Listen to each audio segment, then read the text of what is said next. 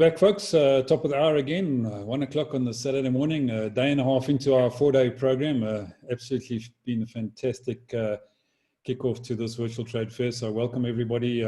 Those of you who stayed on board for the morning, fantastic that you stayed with us, really appreciate it. Those that are joining us for this particular session, you obviously had the fear of missing out, so you've had to join in for Motlalepule's session on the fear of having difficult conversations. I'm not too sure whether she's going to make it difficult for us or going to make it easy for us, but we're really looking forward to this next session. As we've had some excellent sessions during the course of the fair so far, and I'm sure this is going to be absolutely no different to those that we've already had. So I think without any further ado, Motlalepule, I'm going to hand it over to you to take it away and tell us how not to be fearful. Okay, thanks very much. Thanks very much and good afternoon, everyone. So the topic is fear of having difficult conversations. My name is Motlalepule Mokhine. I'm a master coach, I'm a facilitator, I work in the space of transformation and leadership, and I'm also an author. So I saw this quotation this week and it resonated with what we're going to be talking about, but it just resonates with the issue of difficult conversations. And it says, change starts by having difficult conversations. And this person, Dr. Aditi, she speaks about how when we don't allow ourselves to engage in difficult conversations, how our growth is compromised, how we are not able to be stretched and become better people with a better offering in whatever it is that we do.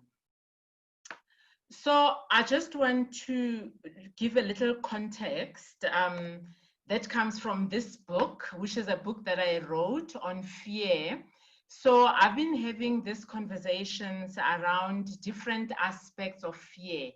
And every time we have a conversation, it's been like a different topic, but all to do with fear.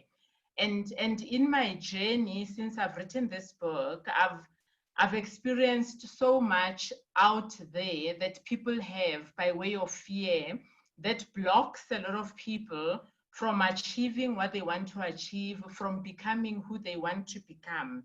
So the conversations around fear are really have been birthed by this book. So today in particular, it's a first. I really wanted us to look at the subject of anti-racism. And this comes from what is happening all over the world, which is also happening here around those kind of issues. And I think for a lot of people, those are that is also a difficult subject for us to engage in. And the invitation to all of you is, just relax, difficult as it is, let us explore it. Let's look at how can we rise up and become better people, by having this very difficult conversation. So I want to start here. I want to start by unpacking rank, power, and privilege. And Trevor just now also made reference to privilege. So the way we interact with the subject of race or racism or anti-racism has a lot to do with our own rank and our own power.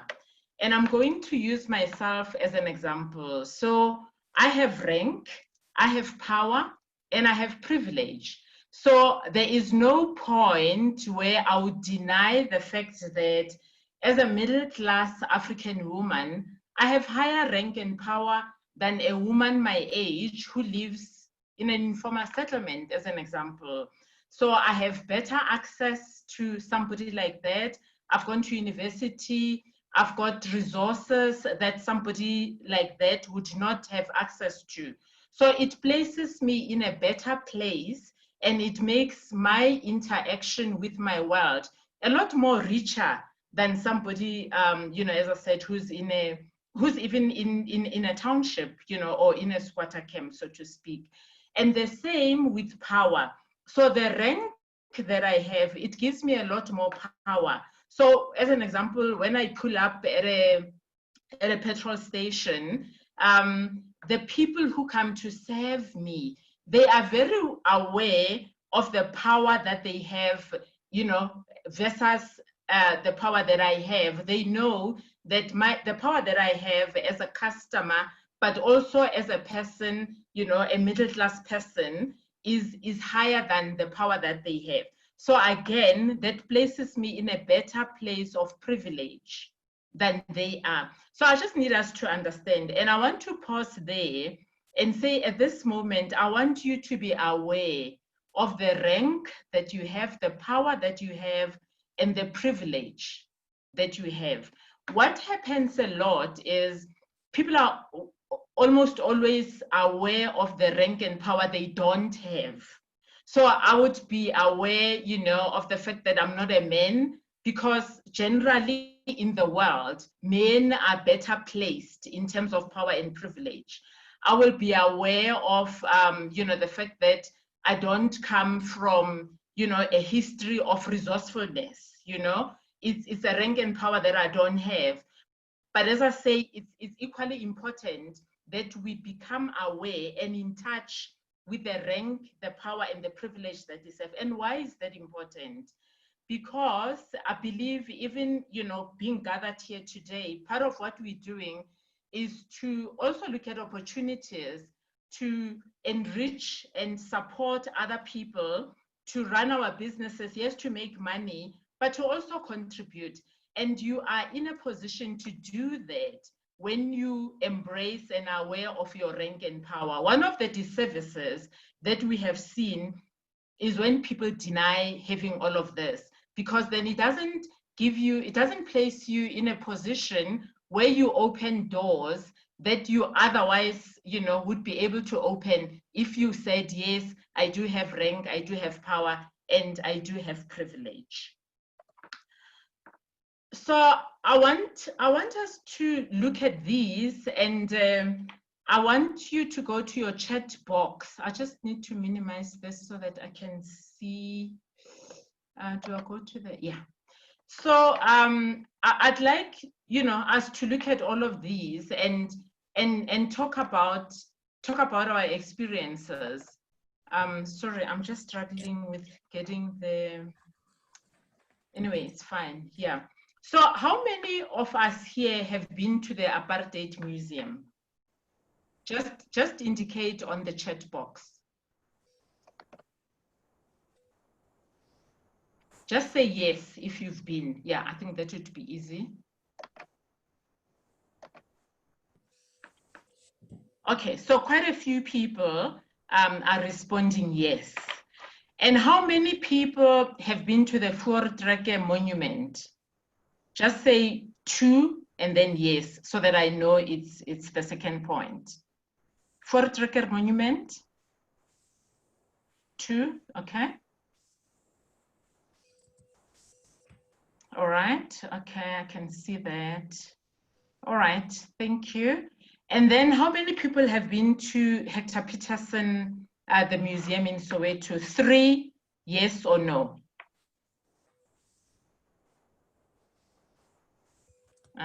Okay, I can see that. And how many people have been to Vlakplaas? It would be 4. So 4, yes or no?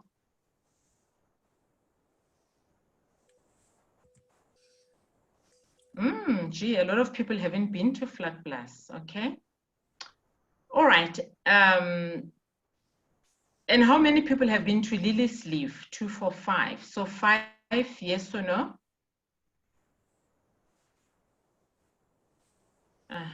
Okay, thank you. And then the last one, how many people have been to the women's prison at the Constitutional Hill?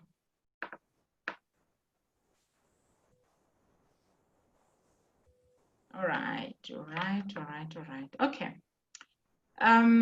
Thank you for that. So there's a variety, and I put these up because I know that there's an emotion that, you know, comes up when we interact, when we look at some of these names. And I'm just going to briefly speak about each one of them. And the reason I put them up is this could serve as an opportunity, like a conversation opener, you know, because all these are South African historical places that are laden with a history that we come from, the history that we wanting to unpack, the history that, you know, forms part of the difficult conversation that we are having now, and that I would want to encourage you to also have in your circles. So the Apartheid Museum, for those that haven't been, is out in the South, and the Apartheid Museum has a whole lot of apartheid history. It's beautiful, it's well laid down, and when you go there, you really need to have a lot of time because there's quite a lot, you know, to have a look at and to listen and to watch, you know, and you have a very good sense of the experiences around apartheid. And then the Voortrekker Monument, I noticed that a lot of people haven't been. I had an opportunity to go to the Voortrekker Monument last year. And I must say that it was also very eye-opening, you know.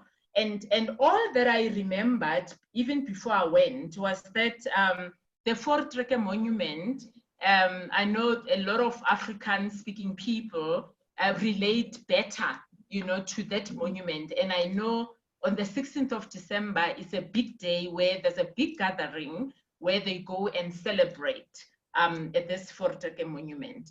Hector Peterson, a lot of people have been, is in Soweto. And Hector Peterson Museum is close to where the first students in June 1976 were shot and killed. So historically, we are told that Hector Peterson was the first person, but the first person is actually to be killed was Hastings Ndlovu. But Hector Peterson was also amongst the first students to be killed and you know, in June 1976. And when you go to that museum, it's also, you know, biggish, so you must have time so that you can really get to understand and interact with the material. But the beauty about going there is it's also close to Vilakazi Street, where you get to experience and see Nelson Mandela's house and Desmond Tutu's house, you know, in the same locality. So that's one of the benefits if you are in that space. And then Flag Plus is very hectic. I mean, even just mentioning it for me, Flag Plus was a place, a farm, where they used to have death squads.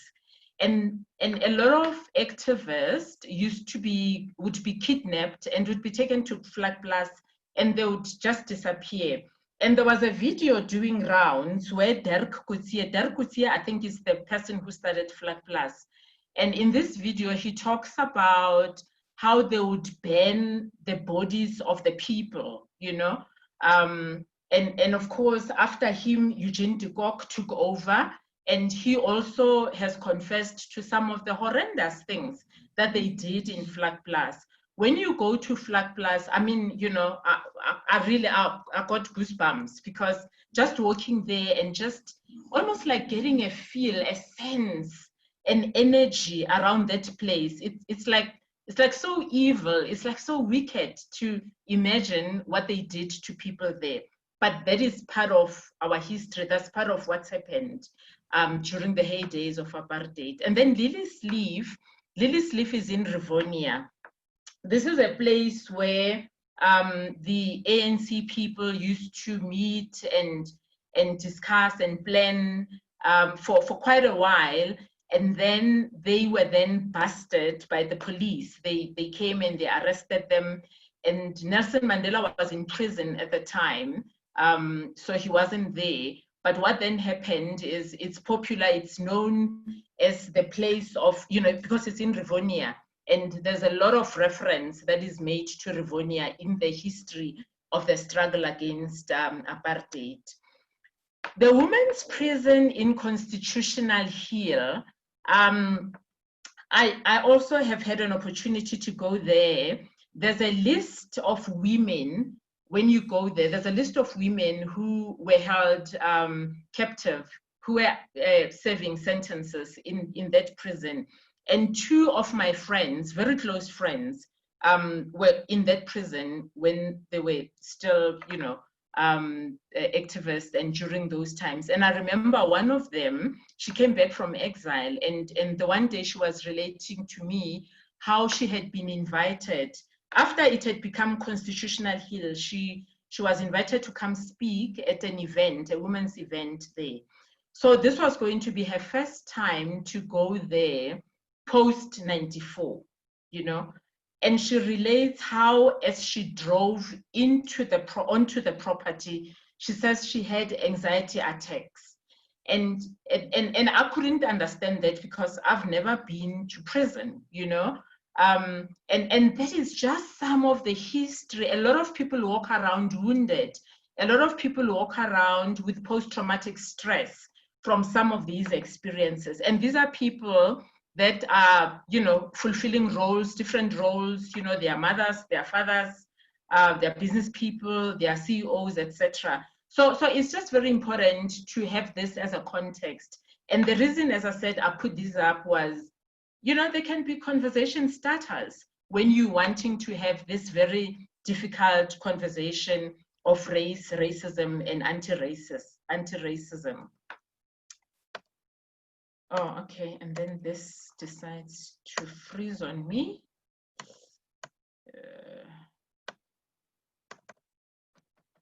Okay, all right, there we go. Let's see, yeah, that's the next one.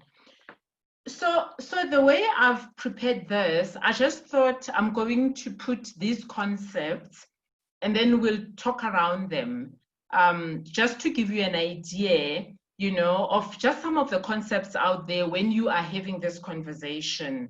And then after that, we'll take questions and comments and just your experiences around having a conversation around anti-racism. So the definition of anti-racism is very interesting. Actually, I like a definition that was given, and I'm going to go to this slide. This is the definition that was given by Kwame Ture. Stokely Carmichael, that was his name before he became Kwame Ture. He said, he was interviewed on radio quite a while back, and he says the only way you can say you are not racist is if you are struggling against racism in every aspect of your life. And what that means is, when we talk anti-racism, we're not talking about arriving at a state of being anti-racist, but we talk about a realization every day that every day we are called to be anti-racist.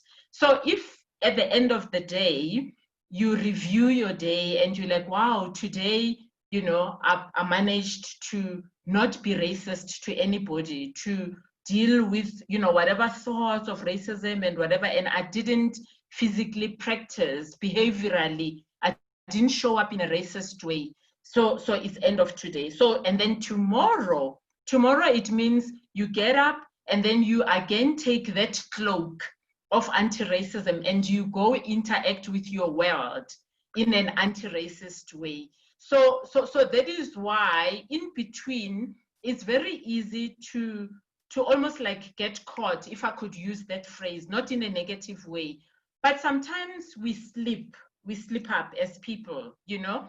Sometimes you are this person who's very committed to anti-racism, but one day you say something, you know, that compromises you from that point of view. One day you do something that is interpreted and experienced by other people as being racist. So for, you know, and we know that, we've seen that happen in our communities, we've seen that happen with people that we know.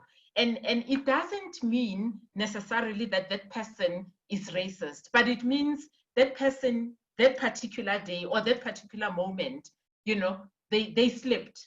Something happened. And there's a difference between that person who is committed to anti-racism, and there's a difference between that person and the person who is outrightly racist, you know. So when I say somebody slipped, I'm not making an excuse. I just need you to understand, you know, the two, that there is somebody who is committed, who is very conscious, and every day who wears the cloak of anti-racism, and there's somebody who doesn't care. There's somebody who is very married to being racist in the way they think, and in the way they act.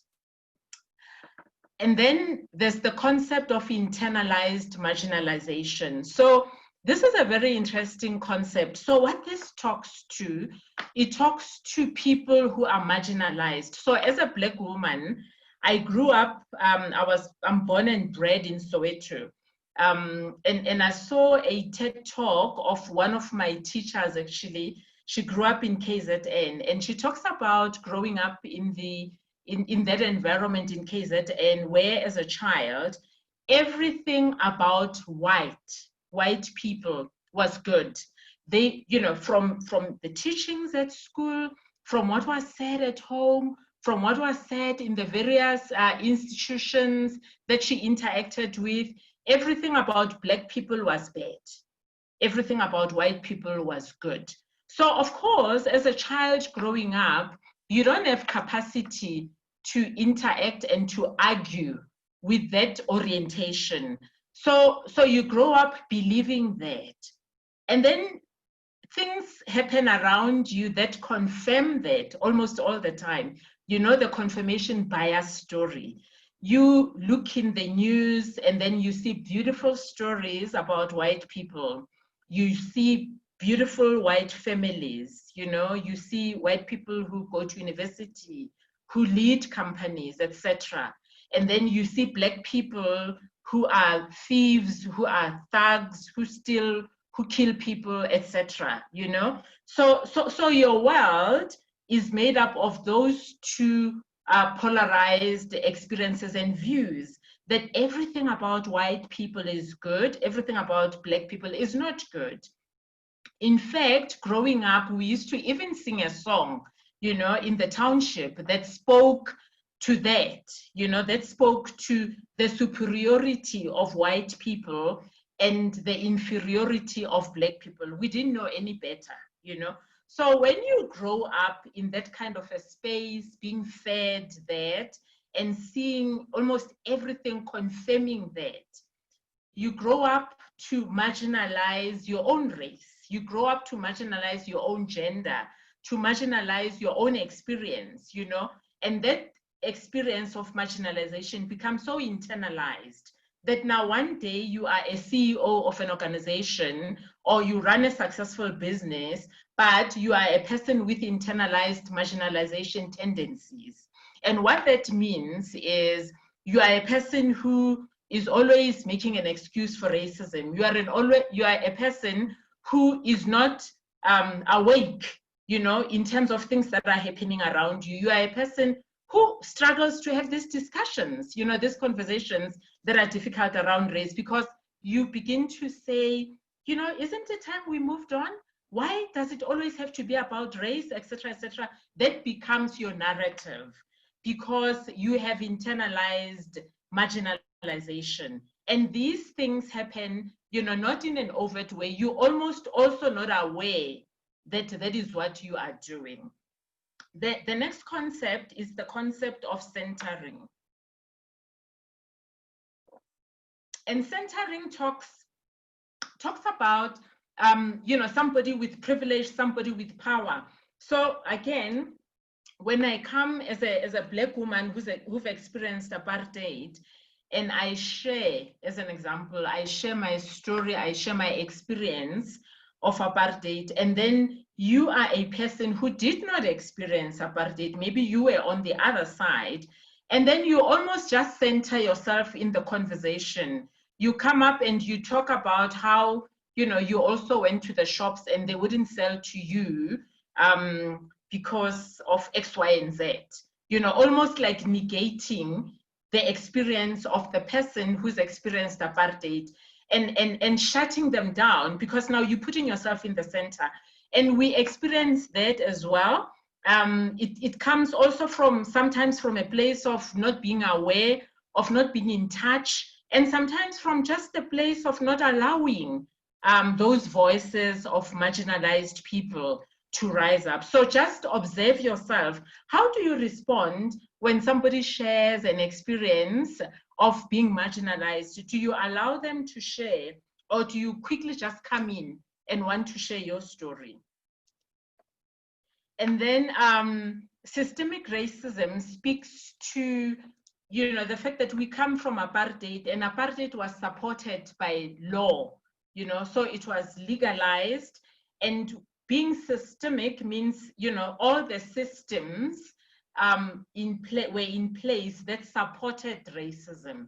So systems like, you know, Black people couldn't shop at certain places, they couldn't live at certain places, they couldn't go to certain hospitals, etc. So the entire system, the ecosystem, you know, works towards supporting that belief and that law, because it was law at that time.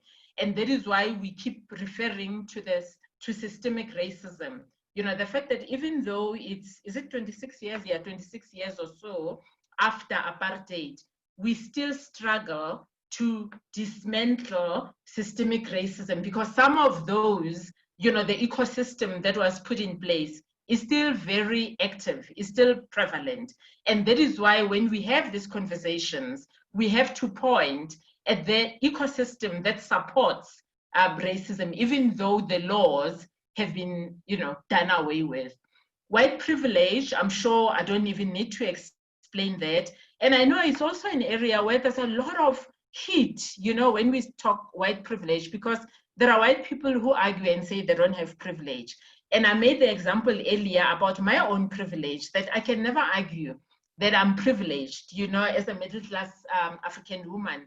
So if whether you are a white male or a white female or a Black man, no, this is white privilege. So white female, white male, you have white privilege. And it doesn't mean necessarily that you go out and do bad things, or you decided, you know, that Black people should be treated badly, etc. You are a beneficiary of what we speak about at the top part that talks to the systemic racism. You are a beneficiary. Things just happen because, you know, you are a white person in this environment, in the same way that Black people have the kind of experiences that they have. And a very typical example is when I go into a shop as a Black person, chances are the security person at the shop could follow me to make sure that I don't steal from the shop. But when you are a white person and you walk into a shop, there's already trust that is bestowed upon you, because the narrative is white people don't steal and Black people steal. So they will follow me and they will not follow you, you know, as a white person. So that is what we talk about when we talk white privilege. And then diversity, of course, coming from corporate, I'm sure a lot of us have been exposed to diversity programs. I think diversity is a failed attempt at corporate when they were trying to really, you know, deal with the issue of racism and introduce all those policies, your employment equity, etc., you know, because diversity, what did it do? And I don't know, maybe when we chat later, in the organizations where you've been, maybe you had good diversity programs. Where I've been, the diversity programs were made around the food, you know, the differences in the food that we eat, the culture, the clothes, the celebrations, etc., the rite of passage, which are important things. But, you know, for somebody else, for you as a white person to get exposed to the food that I eat traditionally as a Black person, etc., is not going to make you aware of your own racism, if that is what needs to happen.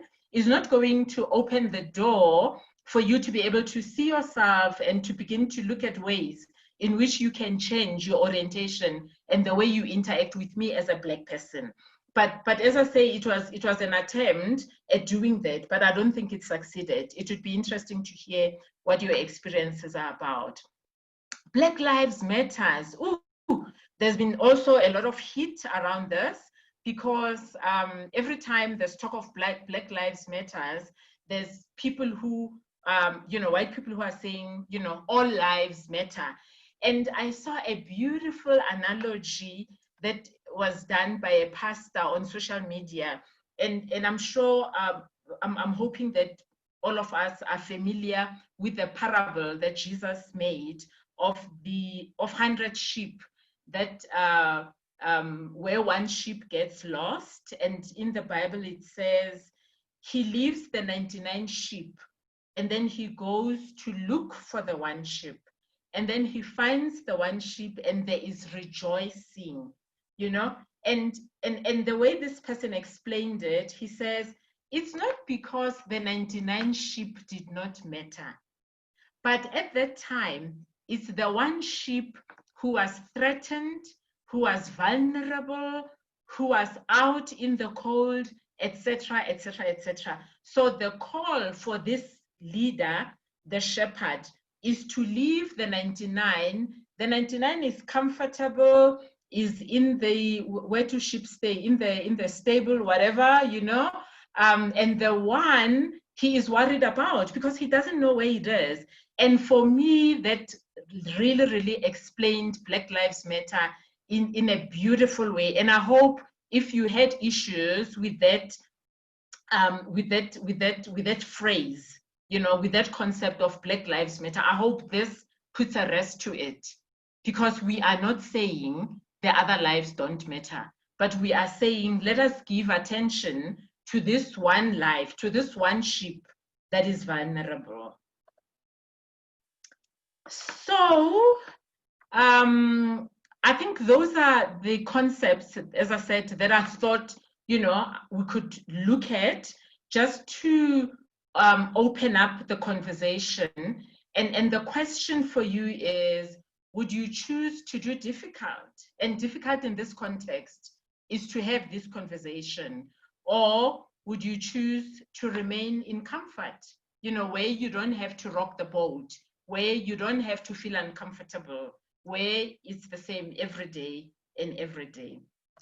And that is the end of my presentation. So we'll take questions and comments, but these are my contact details if you want to connect.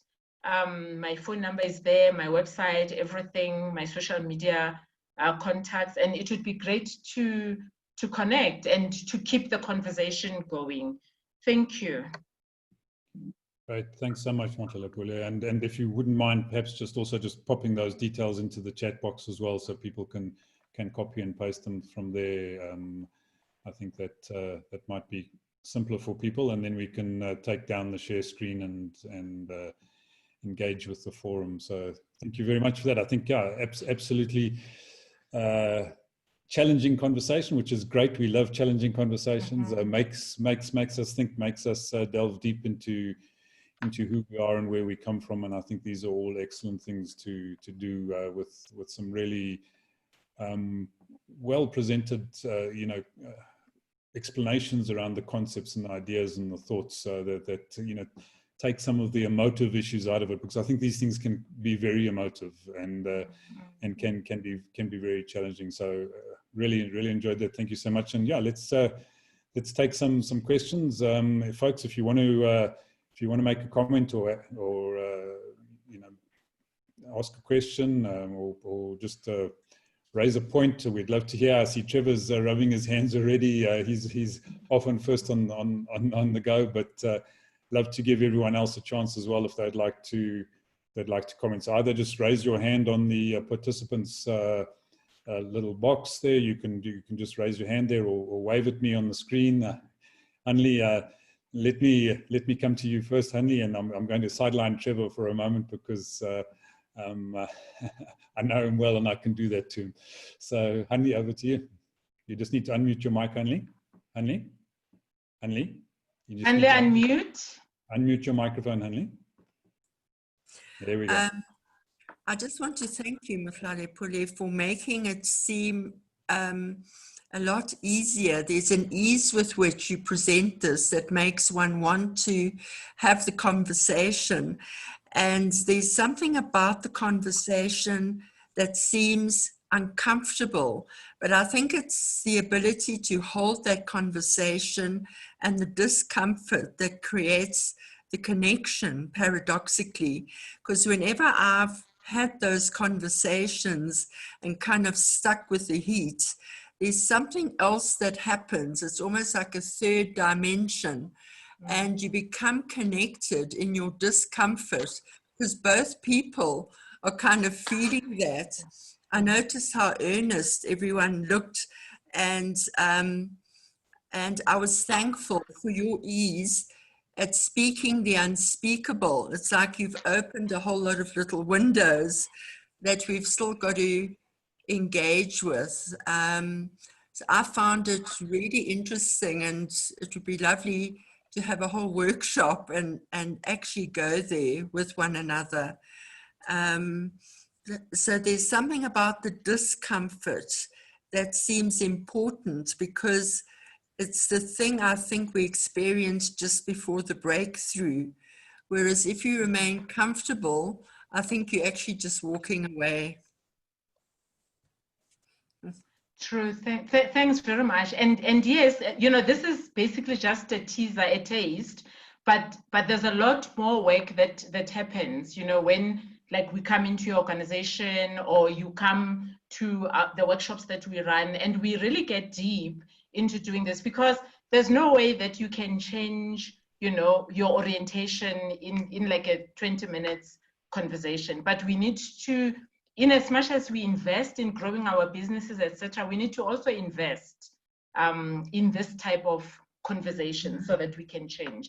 And remember that as we sit here, almost all of us, we employ people, we work with people, and we are of a higher rank and power. So they are not going to be the ones initiating the conversation. So it's so much easier when yourself as a person of power, you know, initiates that. Thanks. Thanks. I see Umpuseng, you've got your hand up. So Umpuseng, let's come across to you. Okay. Thank you. Thank you, Ivan. Wow. Thank you, Motlalepule, for such a thought-provoking presentation talk. And you know, I've put in the chat box there, wow, would I choose to talk about these issues or not? And you know, as Hanley has said, it comes from a point of discomfort, and a lot of times it's a point of discomfort because of the experience that I would have had with situations that I perceived to be racist, whether in the workplace or at home. And these experiences have, in one way or another, engraved, or we have allowed them to be engraved in our systems, such that even when we are faced with a situation we could confront, we come from a point of fear. How are they going to take it? If I start talking about this, I mean, I can give an example of how, as a small, you know, young girl, I used to admire how my father used to have white friends. And at the time, I didn't know that these white friends were actually from the secret, what was it again? You know, the Flag Plus guys, because he was on the wrong side of the law, because he was outspoken. And so they were coming to take him, question him, and torture him, and do all sorts of things. In the meantime, as a young girl, I thought, oh, my father has got white friends. And when I got to know what was actually happening when he was sharing with us, it got to be so terrible for me, because the time that I got to know that truth, I had already experienced power racist situations in the workplace. So it got into me that all along growing in corporate, it was quite a challenge that I wasn't sure how to deal with issues like this.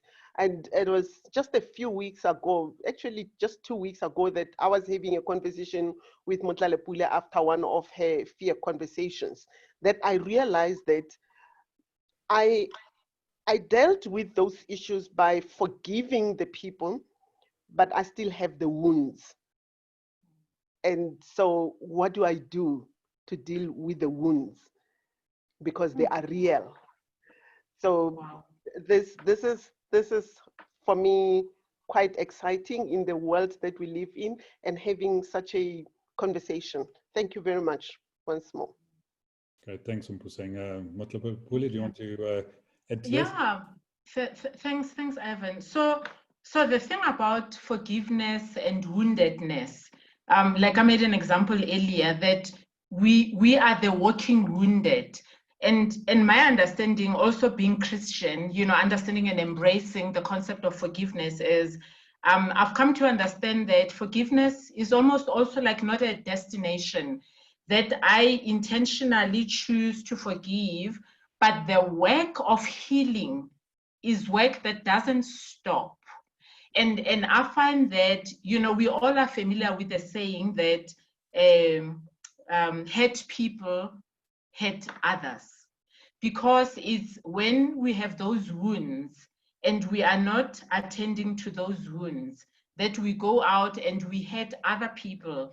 But I'm finding that every day is an opportunity for me to heal, and it's when that healing continues to happen that I can relate, with other people, and I don't necessarily look at everybody and be like, oh, just because he's white, they're going to be racist, etc. It's because I do the work, and I'm at that place where I can look at everybody as part of the human race, as one of the comments, on the chat is saying. So I'm saying yes to forgiveness, but the work of healing is continuous. Great, thanks, Motlalepule. And I just want to pick up on a couple of the comments that are on the chat box. So Zanini said, what is your thought about the middle-class Black people and their openness to having these conversations at their workplace? Are internalizing this matter as Black middle class?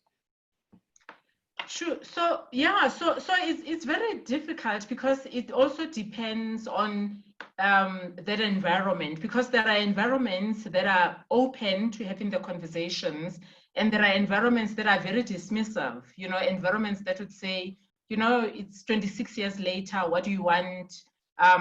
We should be moving on, etc. But I just think that it's important to make sure, and I think the power thing comes into play, because if you are in corporate, it depends on your role. It depends on the power that you have to be able to initiate those conversations. Sometimes you might be high in position, but you might not have the power, So you need to be aware of that. And by way of comfort, because what Black people would then do is they would get together to have those conversations by themselves. And it's still a way of almost like letting off steam, if the corporate, the organization is not comfortable to have those conversations. Great, thanks. And I see Donovan says, thank you, Mam Tlale. Your topic was very touching. Please advise on where to from here, because we are one human race in one world. What is your reaction with the insult that is going on in the media about each other? Should Facebook, Twitter, etc. allow such freedom of speech that is ruining human race irrespective of color? So my friends laugh at me because I always say, I've never really been sold to this democracy thing. And they laugh because I always say, I just wish we had a king, and a king would just tell us what to do and where to go. And we had no rights, and a king that has our interest at heart, not a king that is selfish, etc. And that is the problem with democracy, the free speech. Because I struggle with social media. I'm very active on social media, but I find that it has a lot of toxicity, especially also because you have these faceless people who say things that they cannot stand up and own because there's no face, to that person. So I don't engage with those. Sometimes there's issues that are like very hard, but when I look at the facelessness of those engagements, I spare myself the trauma of being in those spaces.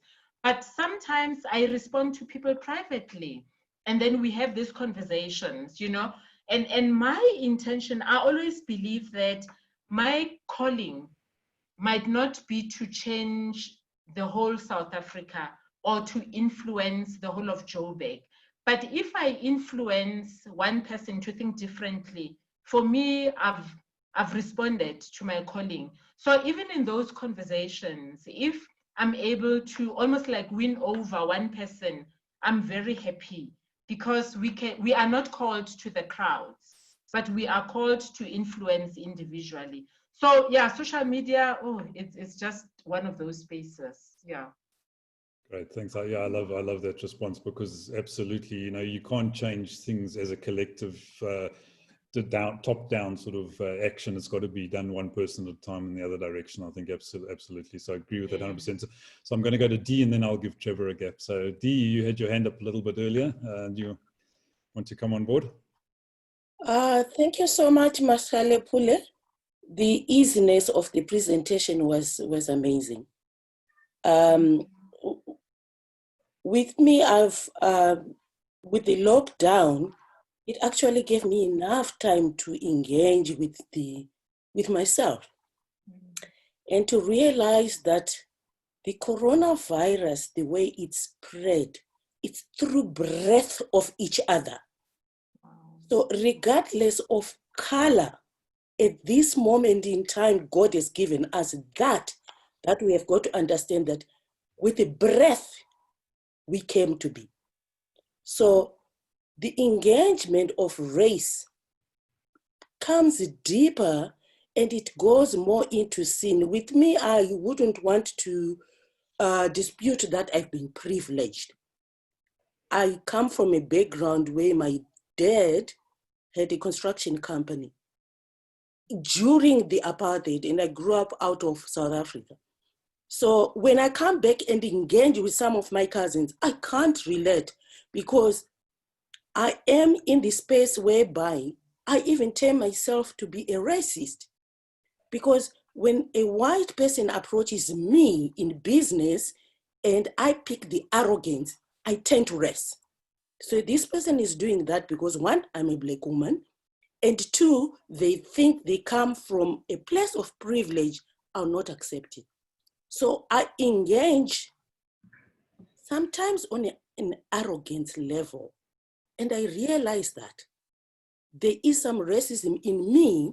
I don't do that to my Black brothers and sisters. I've got empathy all the time.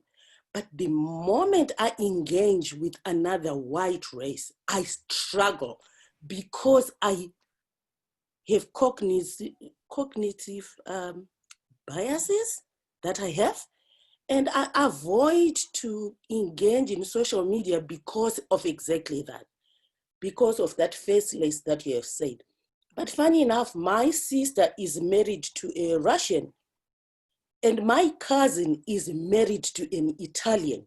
So I have seen it in a family where husband and wife are from different races, and they want to engage, and then boom, the color issue comes in.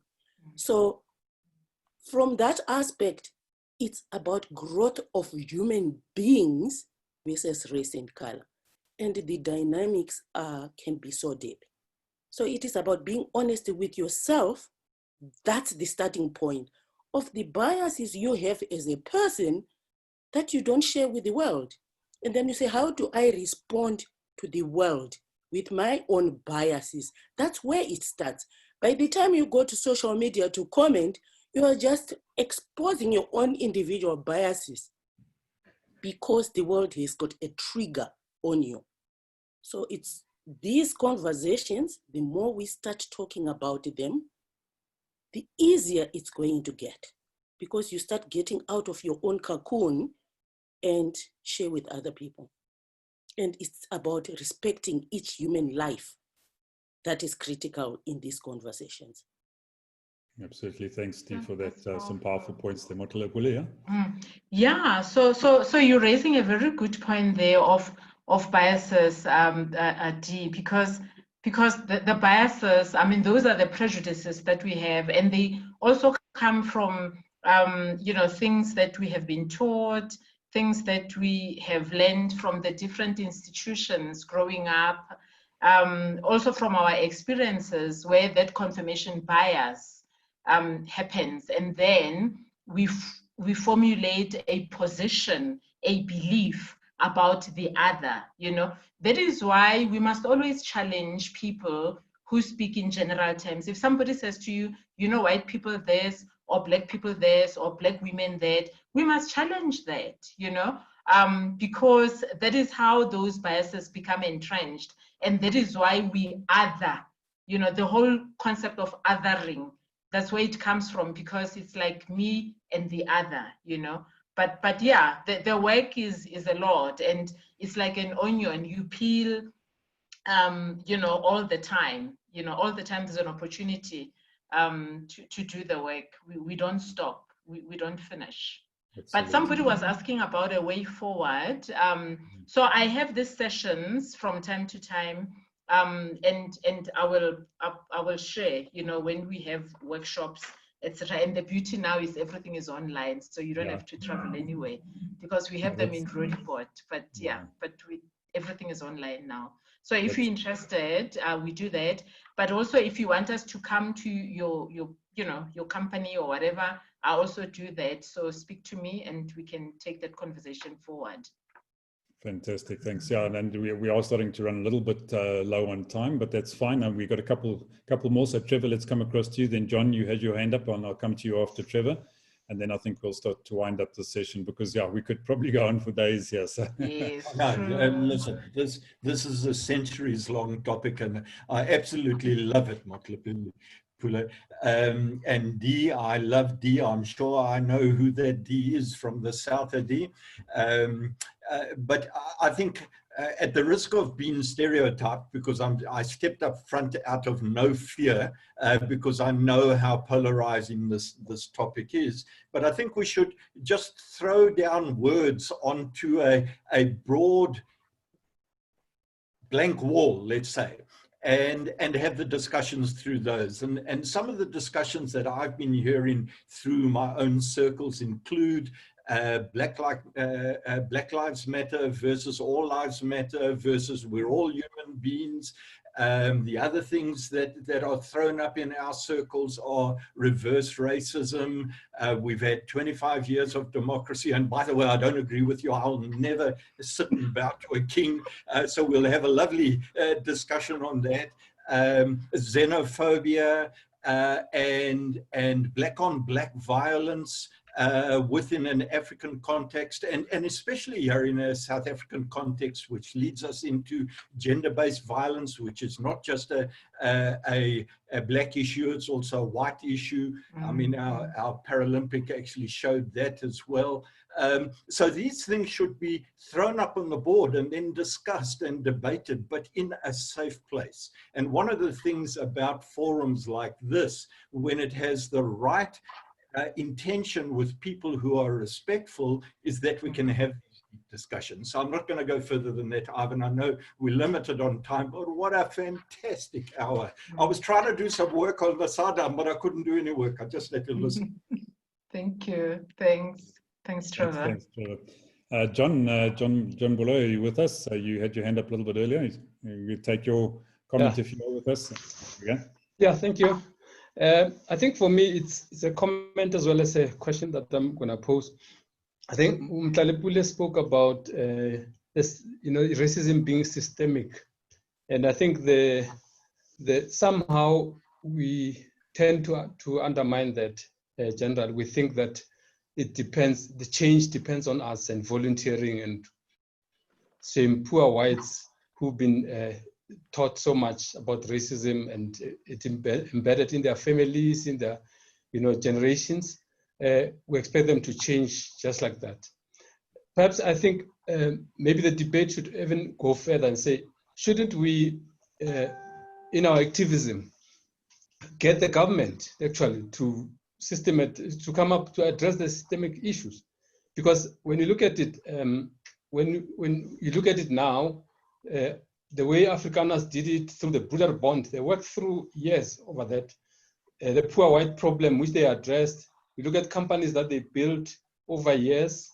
Even Transnet, the SOEs were to benefit their people, and very structured, and they did a good job actually.